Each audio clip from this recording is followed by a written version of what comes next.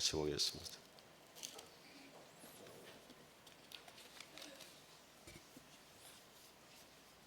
마태복음 9장 35절에서 38절까지 신약성경 15페이지에 있습니다.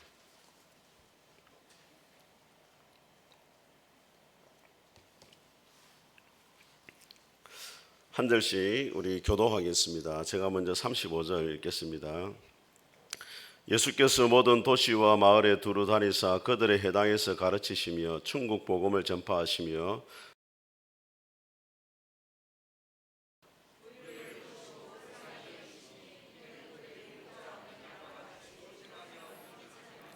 이에 제자들에게 이르시되 추수할 것은 많되 일꾼이 적으니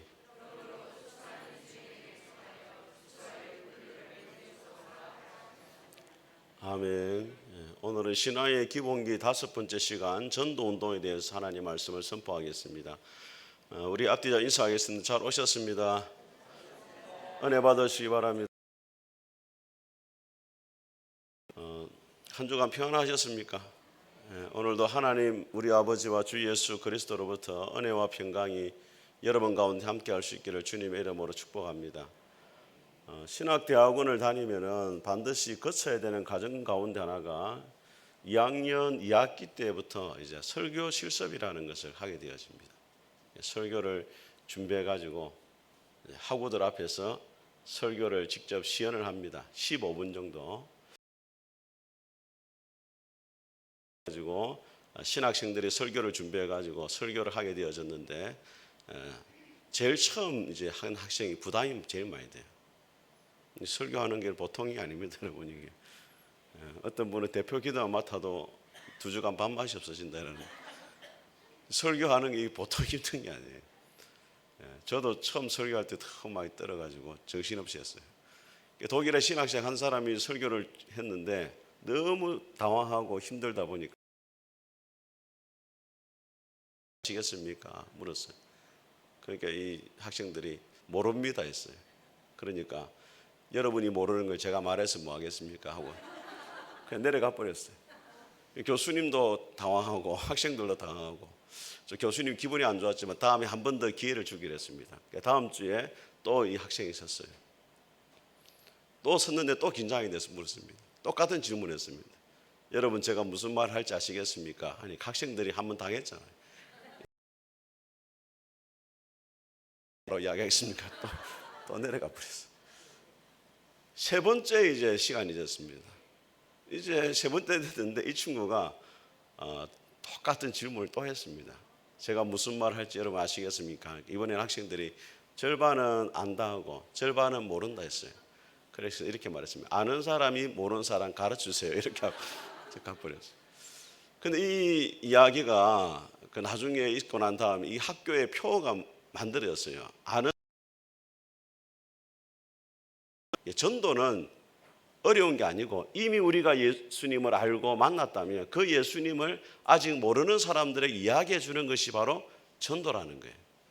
우리가 신앙생활 할 때 중요한 것들이 참으로 많이 있지만은 예수님이 이 땅을 떠나가실 때 마지막으로 유언처럼 남긴 말씀이 있습니다. 사도행전 1장에 보니까 예수님께서 오직 성령이 너희에게 마시면 너희가 권능을 받고 예루살렘과 온 유대와 사마리아와 땅끝까지 이르러 내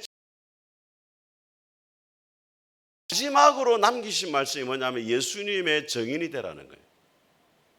그래서 오늘 이 말씀을 통해 가지고 우리가 어떻게 하면 예수님의 증인으로 살아갈 수 있을지 하나님의 음성을 듣도록 하겠습니다. 첫 번째로 예수님과 같은 눈을 가져야 된다 하십니다. 우리 35절 말씀을 같이 한번 읽어보겠습니다. 시작. 예수께서 모든 도시와 마을에 두루 다니사 그들의 회당에서 가르치시며 천국 복음을 전파하시며 모든 병과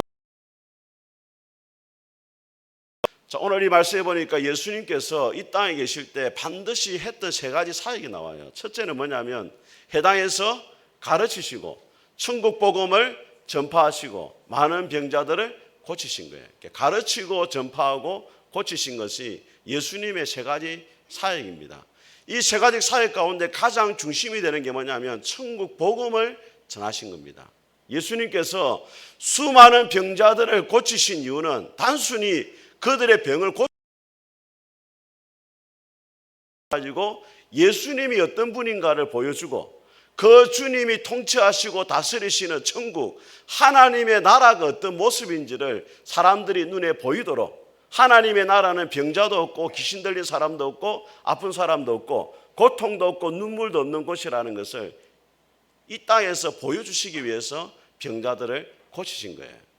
어떤 분들의 천국이 어디냐 물으면은 죽어서 가는 곳이 천국이다 그렇게 하게. 설교했습니다. 여러분 천국은 어떻게 가나요? 이렇게 물었어요. 그 학생이 손을 들었어요. 죽으면 갑니다 이랬습니다. 죽으면 가는 곳이라 생각하는데 그렇지 않습니다, 여러분. 물론 죽어서 가는 천국도 있어요. 근데 성경 읽어보면은 죽어서 가는 천국보다 이 땅에서의 천국을 더 많이 이야기해요. 마태복음 6장 예수님의 기도가 나오는데 예수님이 기도를 가르치실 때 하늘에 계신 우리 아버지여 이름이 거룩히 여김을 받으시오 가 임하시오며 천국이 이 땅 이루어지기를 원합니다. 하나님의 나라의 땅 이루어지기를 원합니다. 그렇게 기도하라 했어요. 하나님의 나라가 이루어진다는 것은 이 땅에 하나님의 통치와 다스림이 이루어진다는 거예요. 우리는 죽어서 천국 가는 것뿐만 아니라 이 땅에 살아서도 주님의 다스림 받고 주님의 통치를 받으며 살아가면은 우리가 살아있는 이곳이 곧 하나님의 나라가 되고 천국이 되는 거예요. 여러분의 가정이 주님이 다스리시는 가정이 되면 다스리시고 통치하시는 교회가 되면 교회가 천국이 되는 거예요. 여러분의 직장생활 가운데도 주님이 통치하시면 직장도 천국이 되는 거예요. 찬송가 438장 내 영혼이 연총 입어 3절에 이렇게 되잖아요. 높은 산이 거친 들이 초막이나 궁궐이나 내 주 예수 모신 곳이 그 어디나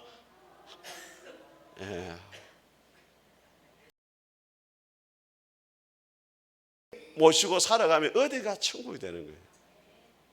예수님 믿는다는 건 여러분 단순히 예수님을 믿는다 이거로 고백하는 것이 아닙니다. 우리 성도들이 십자가와 부활의 복음은 잘 알고 있어요. 예수님 나를 위해 죽으셨고 부활하셨습니다.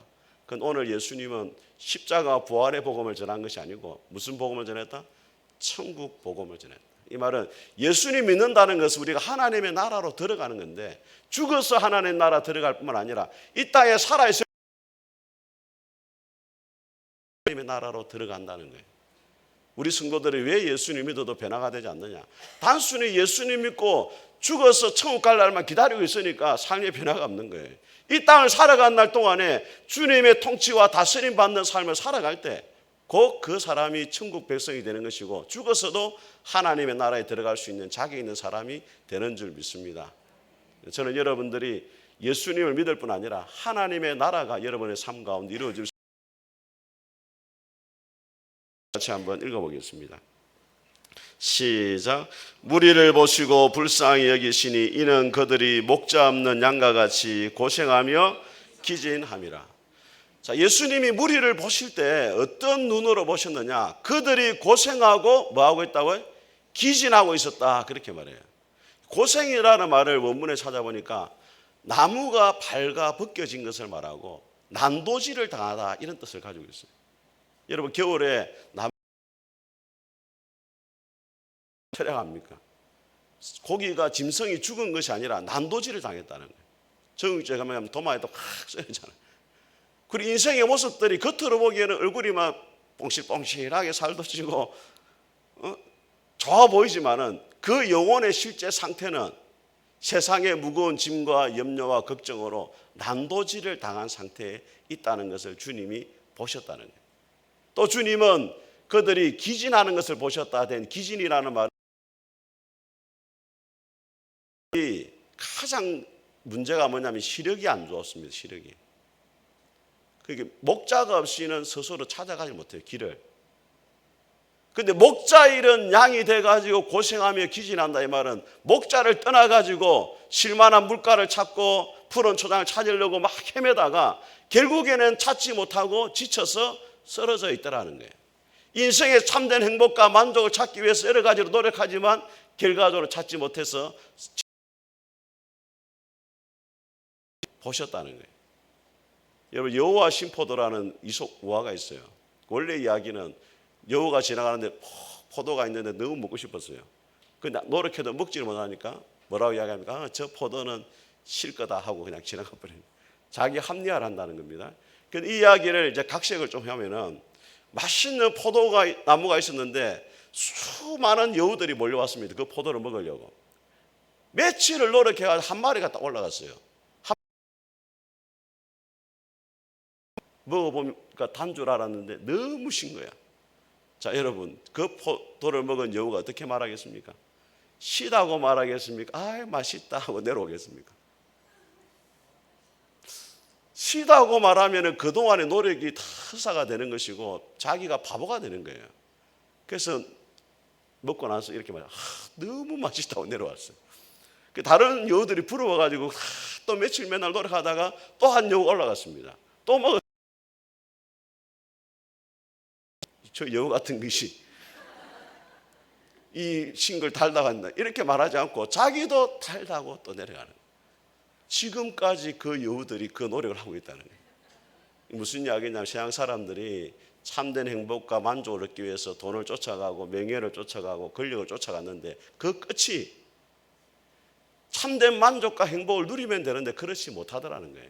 잠언 14장에 솔로몬이 말합니다. 사람의 생각이 바르게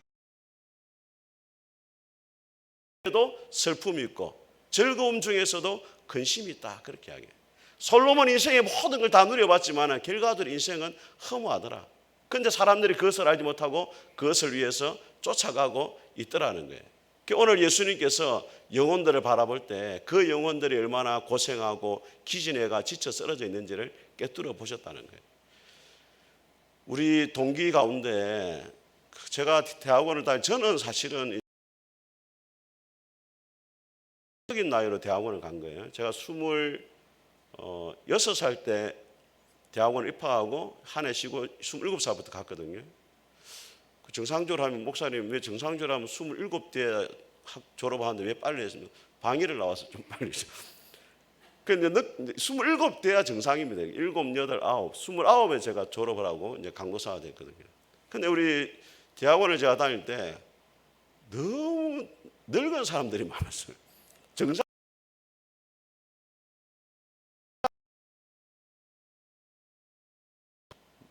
그런 사람이에요. 교수님들이 막 뭐라 했습니다. 지금 신학이 소용없으니 가지 말라고. 그런데 그분도 그렇게 말했습니다. 주님이 지금 부르시는데 어떻게 합니까? 하면서. 그 중에 한 분이 이제 어거스틴이라는 별명을 가진 그 형님이 있었습니다. 방탕하게 살다가 40이 훨씬 넘어갈 주님 만나가지고 신학교로 왔어요. 머리도 벗겨지고 그래가지고 별명이 어거스틴이었습니다. 대학원 이제 졸업하고 10년 만에 목회자 계속 교육 과정이 이제 대학원에 개설되어 만났습니다. 그래서 그 형님이 간증을 하시더라고요.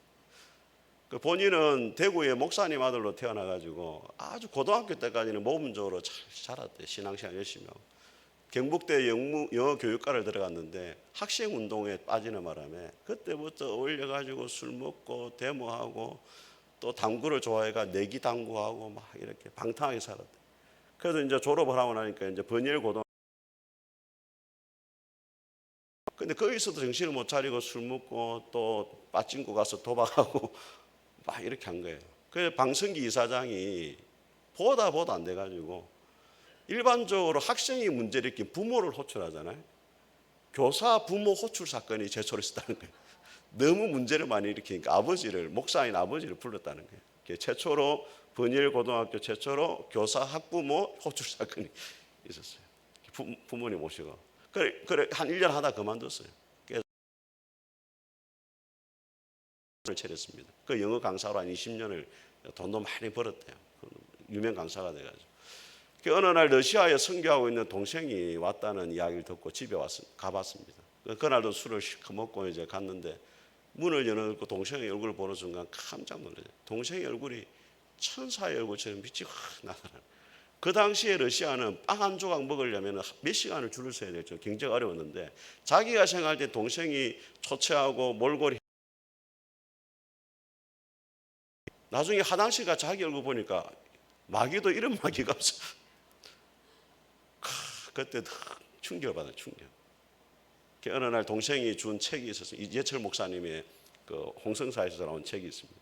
그 책을 읽어보면 이재철 목사님도 예전에는 너무 방탕하게 살았거든요. 30대에 그 벤츠를 타고 다닐 때 돈도 많고 하니까 술도 많이 먹고 그 나중에 예수님 만난 이야기거든요. 자기하고 너무 비슷하더래. 그날 밤에 통곡을 했대. 회개하고. 그런데 그날 밤에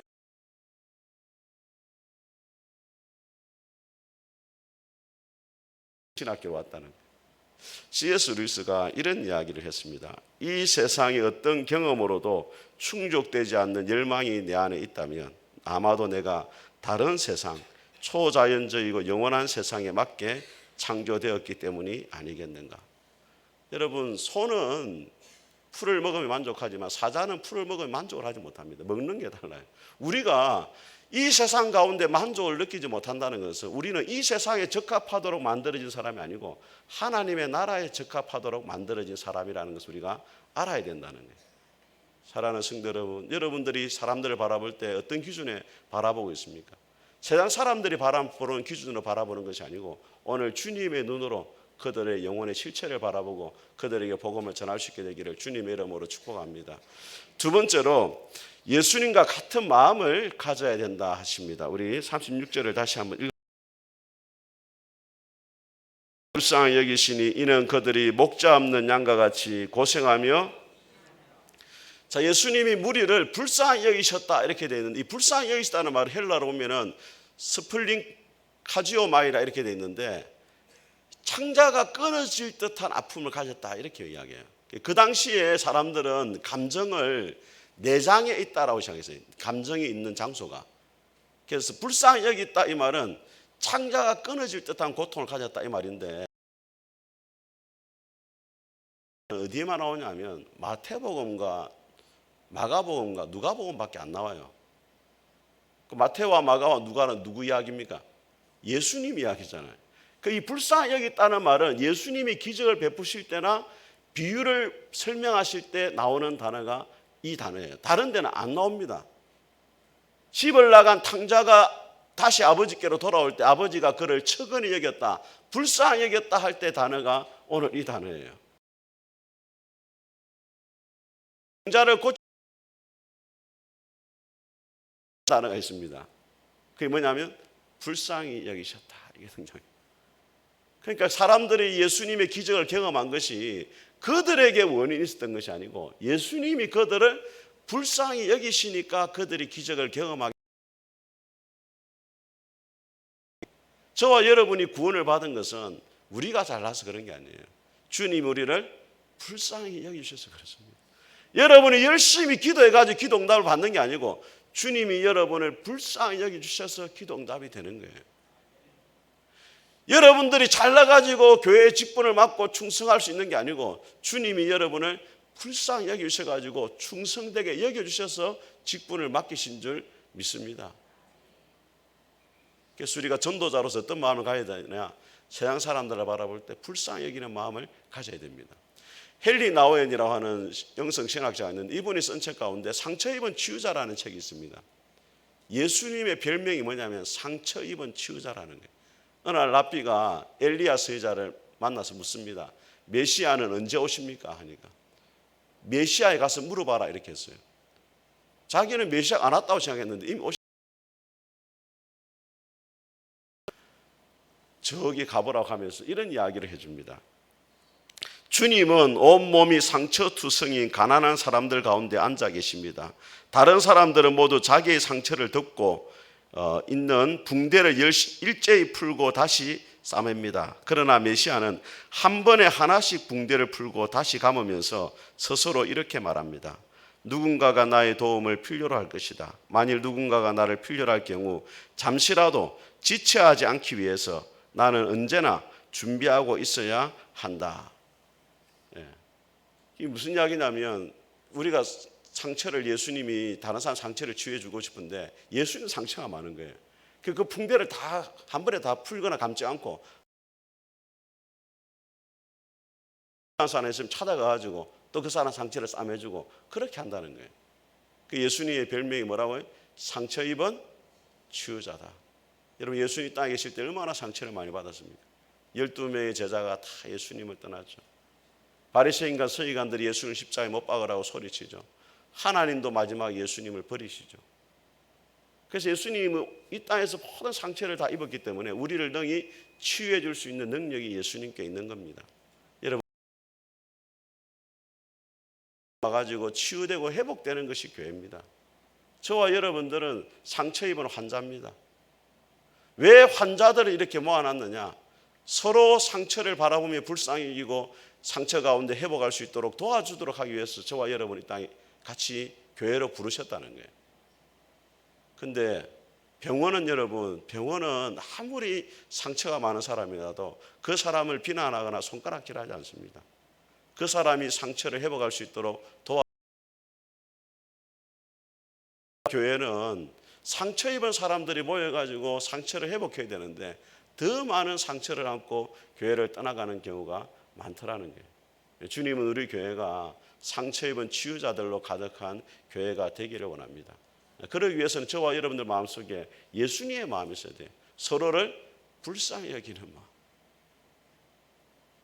불쌍히 여긴다는 것은 이런 게 아닙니다. 아이고 니 참 안 됐다, 불쌍하다, 이게 아니고 그 사람의 상처를 한다는 거예요. 그런데 오늘날 성도들이 가장 많이 짓는 죄가 뭐냐면 판단하는 죄입니다. 성도들 생각이 어떤 생각이냐면 세상 사람들 가운데 내가 구원을 받았기 때문에 저 죄인보다는 내가 거룩하다는 생각을 가지고 있어요. 또 교회 안에 있지만은 저 사람보다는 내가 신앙생활을 잘하고 저 사람보다는 내가 조금은 착하다는 생각을 가지고 있습니다. 그래서 판단합니다. 저거는 저기 문제고 저거는 저기 문제고 저거는 저기 문제고. 판단은 하나님의 몫입니다. 우리가 다른 사람을 판단하고 있다면 그것은 하나님의 자리로 올라가는 거예요.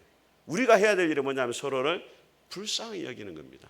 저는 우리 푸른숲 교회가 오늘 예수님의 마음을 닮아가지고 서로를 불쌍히 여길 수 있는 그런 교회가 될 수 있기를 주님의 이름으로 축복합니다. 세 번째는 영혼들을 위해서 기도해야 한다 하십니다. 우리 37절과 38절을 같이 한번 읽어보겠습니다. 시작. 이에 저 아들에게 이르시되 추수할 것은 주인에게 청하여 추수할 일꾼들을 보내주소서 하라 하시니라. 여러분, 예수님께서 추수할 것이 많으니까 빨리 나가 추수해라 말하지 않고 추수할 일꾼들을 위해서 뭐 해야 된다?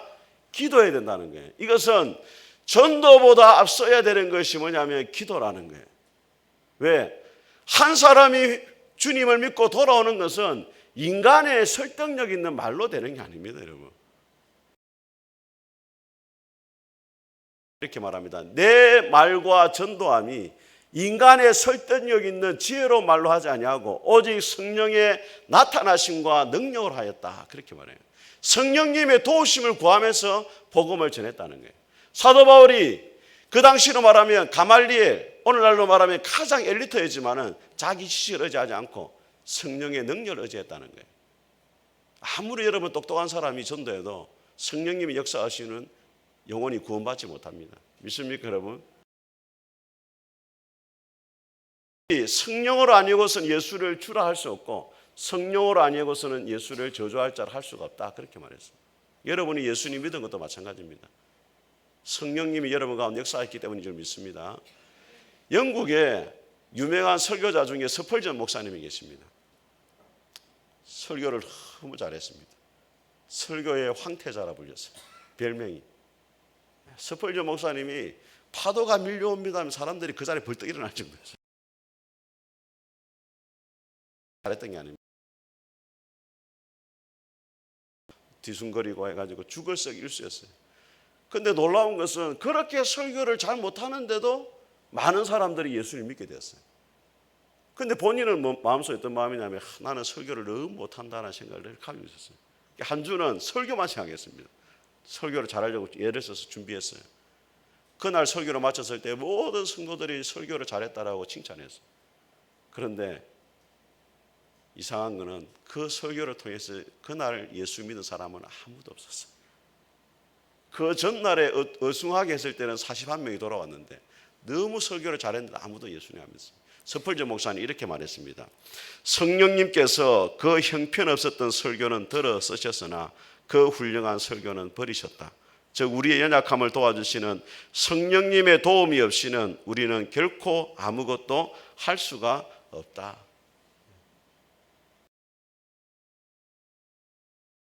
마찬가지입니다, 여러분. 성령님의 도움이 없이는 도무지 영혼을 구원할 수가 없어요. 그래서 여러분들이 정말로 한 영혼이 구원받기를 원한다면 그 영혼을 위해서 끊임없이 기도를 해야 됩니다. 조지 물러 목사님이 5명의 친구가 예수님 믿기를 기도했어요. 5명의 친구. 몇 년 동안 기도했다고요? 52년. 근데 세 친구는 빨리 돌아왔어요. 두 친구는 끝까지 안 돌아왔는데 조지 물러 목사님이 마지막 죽을 때가 됐습니다. 마지막으로 강단에 서서 설교하고 싶다 했어요. 강단에 섰는데 그때 우연히 한 친구가 교회에 왔다가 조지 물러 목사님 설교를 듣고 예수님 믿었어요. 그런데 한 친구는 끝까지 예수님 안 믿었습니다. 조지 물러 목사님 돌아가셨어요. 조지 물러 목사님 돌아가셨다는 소식을 듣고 장례식에 왔는데 자신을 위해서 52년 동안 기도했다는 소식을 듣고 그 자리에서 예수님을 믿었어요. 가운데 우리가 기도해야 되는데 기도 가운데 하나님의 뜻하고 반드시 일치되는 게 있어요. 그게 뭐냐면 영혼 구원을 위한 기도입니다. 다른 기도는 하나님 뜻이 맞지 않을 수 있지만 영혼 구원을 위한 기도는 하나님의 뜻과 100% 일치합니다, 여러분. 저희 어머니도 요즘 연세가 많이 드셨잖아요. 저희 어머니가 종갓집 맏며느리를 시집 와가지고 제가 전도하면 60대는 이랬습니다. 예수님 믿으세요, 어머니라면. 나는 교회 가면 나는 교회 가는 순간 죽는다. 제가 초등학교 때부터 예수 믿었으니까 어머니를 위해서 얼마나 기도했겠습니까? 그래도 안 돌아오더라고. 애를 많이 썼죠. 농사한다고 고생했습니다. 제가 얼마나 어머니 도와드린다고. 제가 방위 받을 때 방위는 아시죠? 낮에는 국가의 업무를 다하고 퇴근하면 가사 일을 돕는다. 이게 방위 업무거든요. 제가 주말에 열흘 이상 매일 일하고 도련님 하면서 생수가 맨날 일거리죠. 그때도 안 돌아왔는데 이렇게 말하더라고요. 70대면 이제 예수님 믿는다 이러더라고요. 그때는. 그래도 안 오시더니 어느 날 저도 뭐 생각도 못했죠. 집안 어른이 알고 우리 식구들 다 모아놓고 1월 1일 날 나는 이제 선이 따라서 교회 가야 되겠다. 그렇게 눈물을 흘리시면서 이야기를 하고 그때부터 지금까지 교회를 다니고 계신다는 거예요. 하나님 앞에 우리가 기도하면 더디 이루어지는 것처럼 보이지만 반드시 우리의 기도에 하나님이 응답을 하시는 줄 믿습니다. 저는 여러분들이 한 영혼을 놓고서 간절히 기도하고 그 영혼을 주님 앞에 인도할 수 있기를 주님의 이름으로 축복합니다.